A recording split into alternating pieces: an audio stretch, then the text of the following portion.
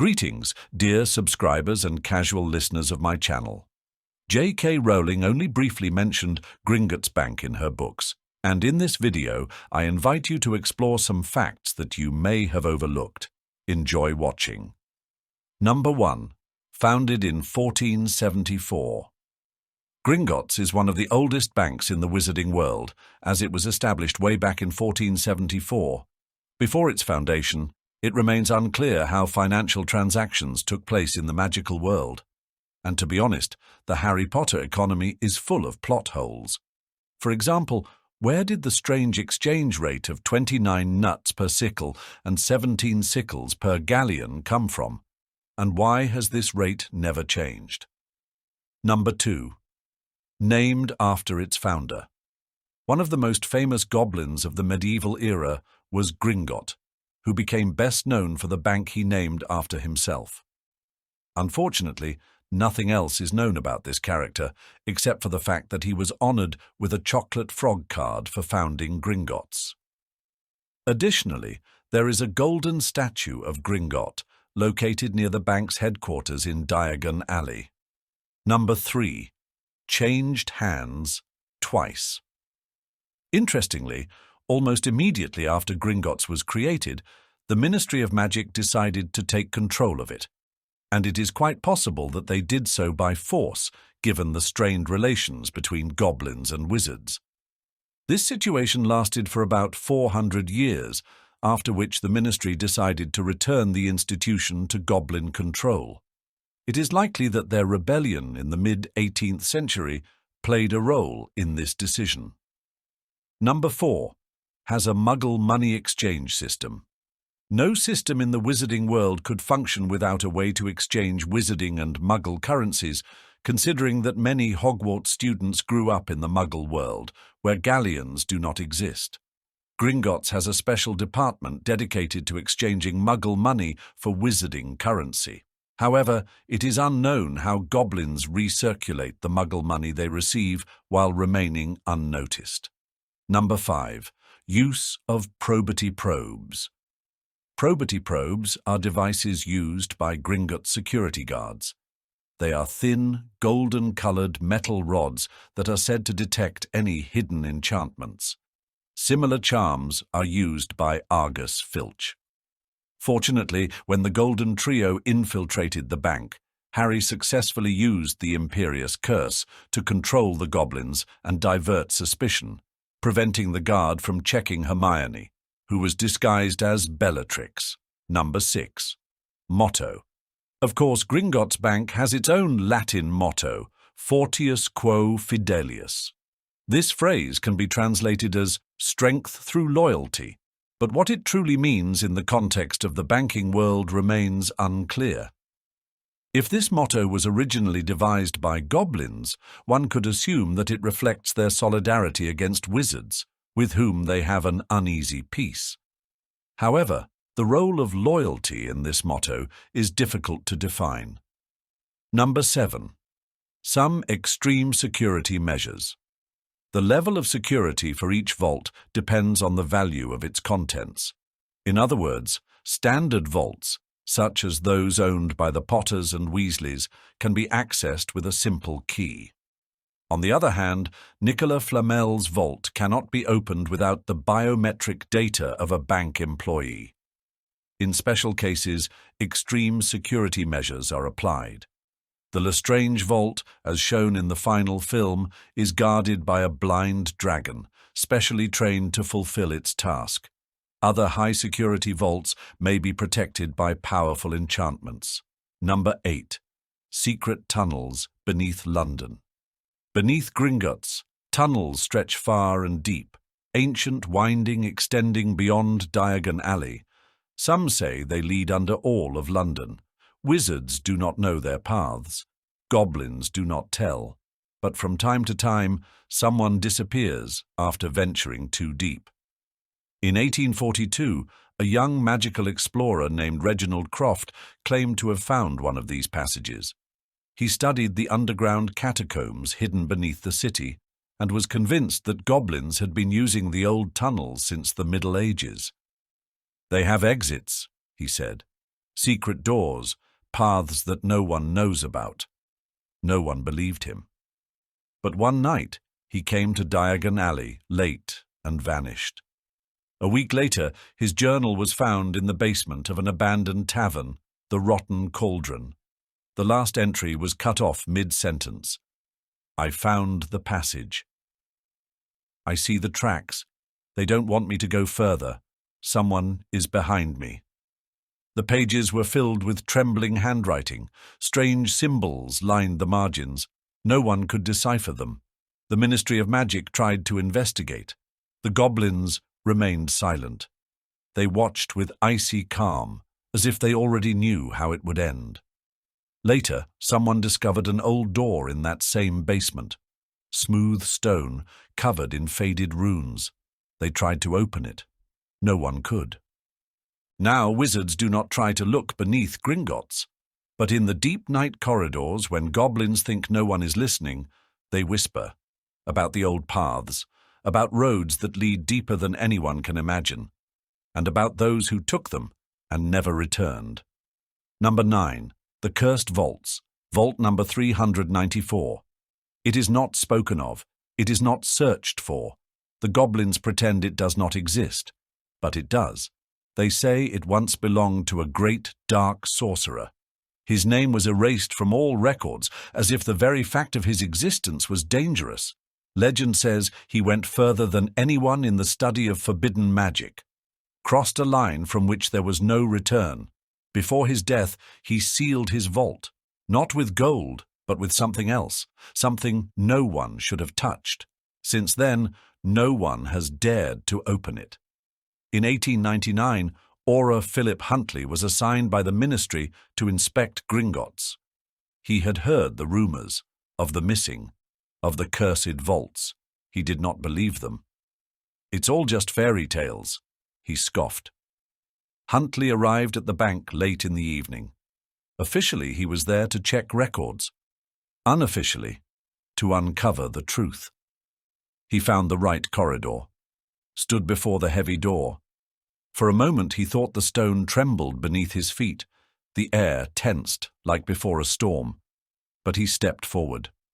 Records say he managed to say only one word. "Open!" and vanished. They searched for him for 3 days.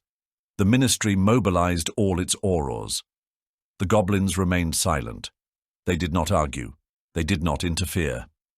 But they watched with cold interest, as if they already knew how it would end. On the 4th day, his wand was found before the door. It lay neatly on the stone, as if someone had placed it there. The ministry demanded answers. The goblins refused. No one could understand what had happened. No one searched for the aura again. Since then, the door has remained sealed. Goblins avoid it. Wizards do not even dare to look at it. But if you linger in the corridor, if you stand before it long enough, you might hear a whisper, faint, cold, distant. It calls. Number 10. The most notorious escape from Gringotts. Gringotts prided itself on being impenetrable. No one could rob it. No one could escape. Or so the goblins thought, until the day Harry Potter flew out of the bank on a dragon. It was humiliation. The goblins had never endured such disgrace. Every wizard, every client, every passerby spoke of their failure. The Lestrange Vault, the most secure, guarded by multiplying curses and a burning trap. And it had been breached. The former manager, Bogrod, was dismissed. Some said he fled. Others whispered that the goblins took care of him. After all, one who allowed Gringotts to be robbed could not go unpunished. After Potter's escape, security measures changed. Now, everyone who entered the bank was thoroughly checked. The goblins became more suspicious. They no longer smiled at clients. They scrutinized everyone. Rumors spread. Some said that in the lowest tunnels they no longer kept a dragon, but something far worse. A creature older and more sinister. A creature that would never let anyone escape again. But the goblins did not comment. They said nothing. They pretended the escape had never happened. They forbade speaking of it. And then the records disappeared. Every document from that day, every mention of what had happened, only wizards remembered, and the dragon, which no one ever saw again. "No one will ever escape again," said the new manager of Gringotts. His name was Narcriv. They said he had been down below when Potter infiltrated the bank, that he saw the dragon spread its wings, that he remembered its roar. But Narcriv never spoke of it. He simply reinforced security. He made sure no one would ever escape again. Not ever. Number 11. The ban on wand use. Wands are forbidden inside Gringotts. This rule is known to everyone who has ever stepped foot in the bank. No one dares to break it. No one, except those who are too confident in themselves. In 1814, a man in an elegant robe entered the bank. His name was August Lywell, a pure-blood wizard from a noble family. He did not like goblins. He did not see them as equals. He was not used to being told what to do. When the goblin at the entrance told him to put his wand away, he merely smirked. "This is absurd," he scoffed. "How can you trust those who fear magic?" The goblin repeated the warning. His voice remained cold, but a shadow of irritation flickered in his eyes. "No wands are used in Gringotts." Lywell ignored him. He strode into the main hall, waving his hands as if he owned the place. But the moment he raised his wand, a sound echoed. Deep, low, vibrating through the air. An alarm. It happened within seconds. The floor trembled, the walls whispered. From the alcoves, guards emerged. Not wizards, goblins. They moved swiftly, silently, their blades gleamed. "Put down your wand," one of them ordered. Lywell did not comply. He made a movement as if to speak, but never got the chance. A blade was at his throat before he could blink. "The law is the law," the goblin said. A minute later, Lywell was flying out of the bank, thrown with such force that he nearly crashed into passers-by. His wand was gone. The goblins had taken it. Forever. Since then, no one has tried to use magic in Gringotts. This place does not belong to wizards. Different laws govern it, goblin laws, and arguing with them is pointless. Number 12. Goblin gold. Why does it disappear? Goblin gold follows its own rules. It does not obey wizards. It vanishes. When this was first noticed, a scandal erupted. In 1612, a respected pure-blood wizard, Gideon Beckworth, purchased an enchanted dagger from the goblins. He paid in gold galleons, but 3 days later he discovered his vault was empty. The coins had simply disappeared. He rushed back to Gringotts. "You've robbed me!" he shouted. The goblins did not even blink. "You paid," they answered calmly, "but the gold is gone." Then it was never truly yours. Beckworth demanded an explanation. He called it fraud. He threatened to complain to the Ministry of Magic. But the goblins remained unfazed. One of them, named Nork, leaned toward him and said, "You use our metal, our tools, our craftsmanship always remains ours." Wizards never accepted this law. To them, gold is gold. It should belong to the one who paid for it. But goblins see things differently. To them, ownership is not about purchase. It is about creation. If something was forged by a goblin, it will always belong to goblins. This belief has led to many conflicts in the wizarding world. In 1756, goblins refused to hand over weapons commissioned by the Ministry of Magic.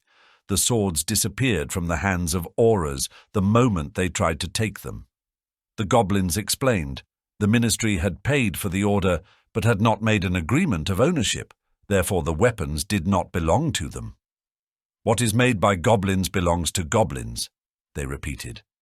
This philosophy remains controversial to this day. Some wizards try to draft special contracts demanding that items do not vanish. But the goblins only smirk. They know metal magic is stronger than any contract. Number 13. Why are there no loans in Gringotts? Goblins do not lend money. Ever. It is not just a principle, it is part of their philosophy.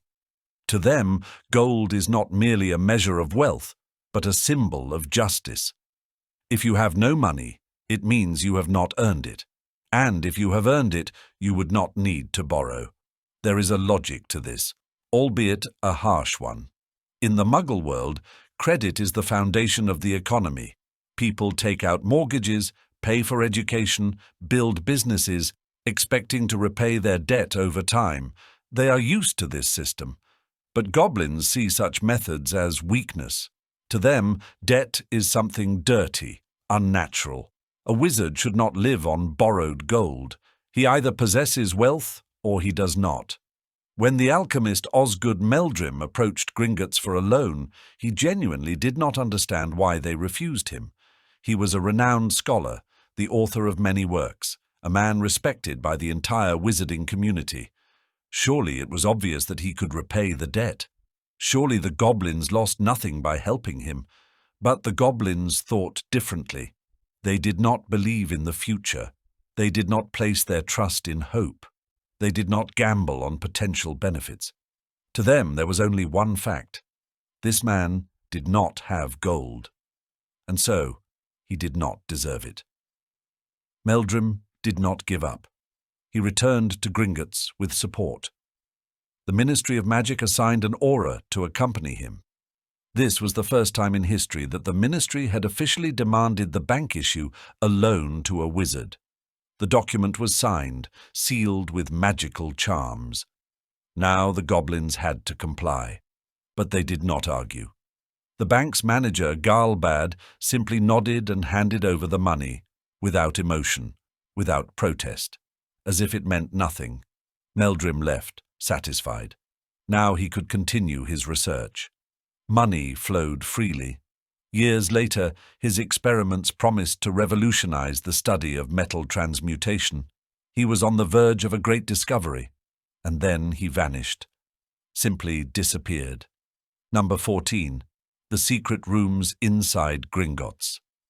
There are rooms in Gringotts that do not exist. No one knows where they are. No one speaks of them aloud. In 1926, Minister for Magic Hector Fawley demanded an inspection of the bank. He was convinced that the goblins were hiding forbidden artifacts, cursed treasures, dark books, weapons no one should possess. The goblins refused. Fawley insisted. 10 aurors entered Gringotts that night, with the ministry's permission, without the goblins' consent. They descended into the vaults. No one ever saw them again. They vanished forever. The goblins remained silent. The ministry threatened retaliation, threatened to intervene. But in the end, the case was closed.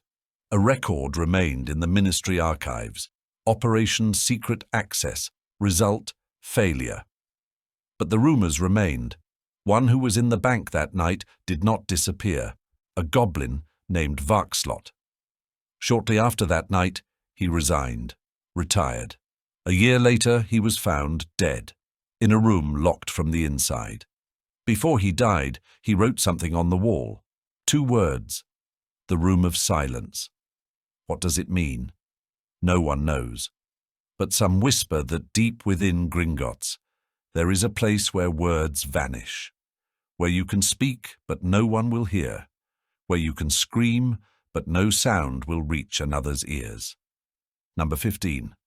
The Legend of Gringotts' Cursed Gold. Gold. It has always lured wizards. It has always been a curse. In 1891, a man appeared in Gringotts, tall, sharp-featured, in an old but expensive cloak. His name was Edmund Crowell, a former healer, now a gambler and a liar. He knew the worth of money, knew how to lose it. But that day, luck favored him.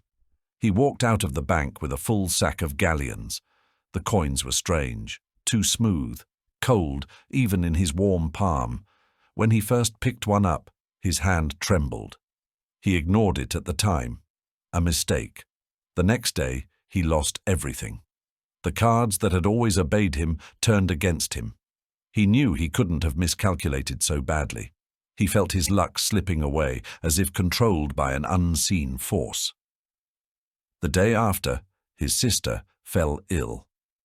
The healers could not explain what was wrong. Edmund knew something had gone terribly wrong. He thought of the gold. He spilled the coins onto the table, examined them. They gleamed unnaturally. One galleon caught his eye. It was thinner than the others, lighter, almost weightless. He picked it up, held it to the light.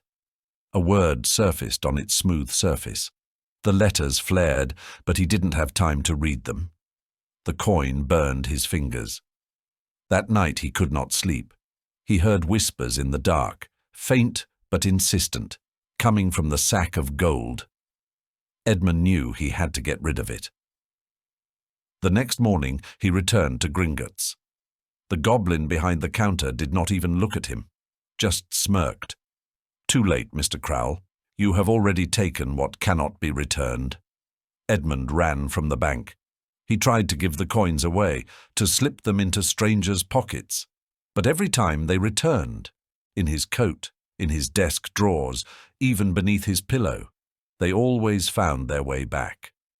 Number 16. Underground rivers and lava lakes. Deep beneath the marble halls of Gringotts, ancient tunnels lie hidden. The goblins pretend they do not exist, but some wizards have seen them. Not all returned. They say underground rivers flow there. Their waters glow blue when a coin is thrown in. Deeper still, lava lakes. They do not burn, but those who stare into their depths disappear. In 1837, a wizard named Alric Scales set out to test the rumors. He believed Gringotts held secret treasures. He entered the bank as a customer, hid inside an empty vault, waited until the doors sealed shut. At night, he slipped out, descended into the old tunnels. The darkness was thick as ink, water squelched underfoot. Legends say these rivers flow not only through the earth, but through time itself. Alric peered down. The black surface reflected his face. Then he heard a voice. "You're late, Alric." He turned. Darkness. Silence. Only the slow drip of water from the ceiling. But the sound lingered, echoing, not off stone, but off something alive. Scales walked on. A vast chasm opened before him. Below, the lava pulsed. It breathed. Red flashes traced symbols in the air. He did not understand them. Footsteps from all directions. The walls shifted. A flash. In the firelight he saw figures, goblins, but not ordinary ones. Their eyes glowed. In their hands, ancient staffs. They whispered. The lava rose. Stairs formed leading down. Later they found him at the entrance to Diagon Alley. He was pale, half alive. He repeated the same words over and over. "The voices. They called to me. I saw too much." After that, he was silent. Never spoke of what had happened. Never went near Gringotts again. The goblins denied the rumors. No underground rivers, no lava lakes. Just fairy tales. That's all for now. Thank you for watching until the end. I hope that means you found it interesting. If so, don't forget to leave a like, share your thoughts in the comments, and subscribe to the channel.